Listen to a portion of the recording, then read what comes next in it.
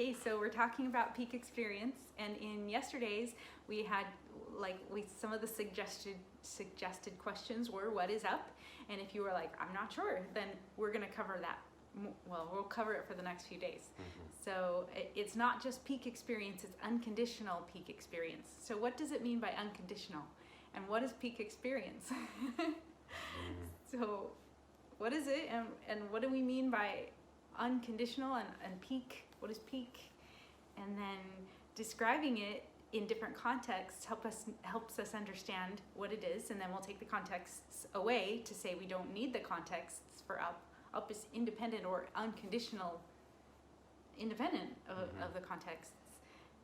And then it's a single focused system. Simple is both beautiful and powerful. So I love that. Why is it simple? Why is it focused? Why is it beautiful and powerful? So there are just some examples of questions you can ask yourself to understand it better. So, and then also just to, I skip back a little bit and say mastering up is an exponential transition. How is it an exponential transition? What does exponential mean? What does transition mean? How can up be this exponential transition? And how come it doesn't depend on external circumstances? I'm asking way too many questions. Yeah, you're like rapid fire. Rapid fire questions. Like, wow, what am I supposed to do with that? Sorry, I was gonna try to limit it just to 3 questions. I got all excited because, yeah.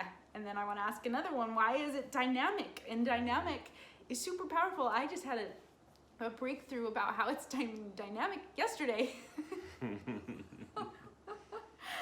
It's dynamic, guys. Different levels of depth of dynamic. Like, yeah. that's what we talked about a couple days ago. Yeah. There are different, every time you go through concepts at a different level, you're going to see things differently than you saw them before. Yep. Yeah. Yeah. It'll be a new book every time you open it. Yeah. Because you'll have changed. You'll change your reality. You'll change your lens. You'll change what you think. And so then things will make sense in a different way every time.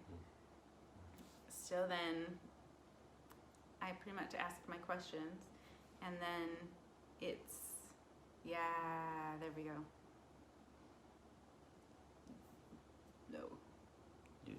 How far did we go? You go up to right here. I don't know how far you went, but that's as far as we go. Yeah. Yeah. Okay. Yeah. Those are my questions for today. And then also reiterating, going and looking at the tips for the guide. Go back through and look and say, what am I doing again? How am I translating it? Make it make sense. Review that part, because every day when you're like, okay, if you just read what we wrote, read this section, you could say to yourself, that makes sense. Makes sense.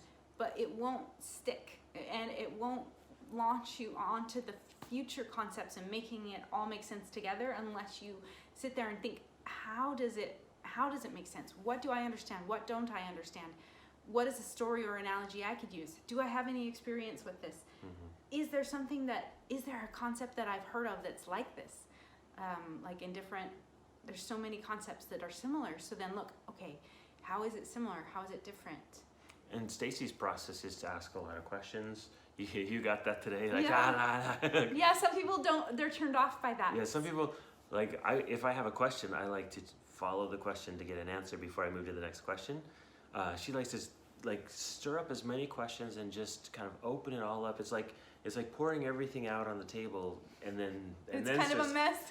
Yeah, and then she puts it together again. So we're walking through different processes, but the whole point is to translate it into a way that makes sense for you. And so if your way to make sense is, how does this contrast to what I've already been doing? How does this contrast to this other concept that I've learned? Or if you like the idea of throwing lots of questions out, then jump in and do that. That we're going to keep giving you different examples and different ways of looking at this. When you figure out the one, if you already know the one that works for you, just do that and maybe play with some of these other ones we're suggesting as possibilities. But if you haven't figured out what works for you, try all of them. Yeah. And see what gets you the result. See which one, that clicks, I get it this way. Yeah. And if it means going through all of it faster, go for it. Don't be held back by our small chunks.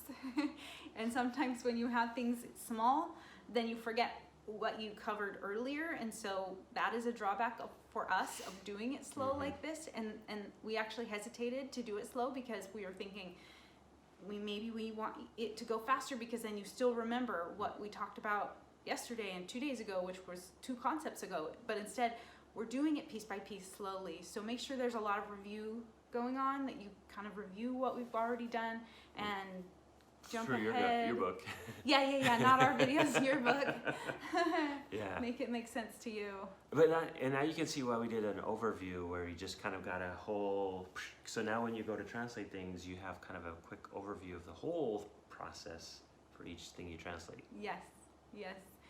So refreshing that overview anytime is great too. Be like, what are the concepts? What are all 9 concepts? And skim through what are all 9. And then be like, what do I remember about each one? And like kind of refreshing it with the text, and then refresh your perspective with your own translation. And whatever level you're at, just keep with us each day, and we're gonna keep moving forward. Yeah, so. And if all you do is just listen to these videos, you're still gonna get stuff. Because your mind is gonna be working on it in the background, even if you don't realize it. They'll be trying to make sense of it. So, yep. Yeah. Okay. Okay. See you tomorrow. See you. Bye.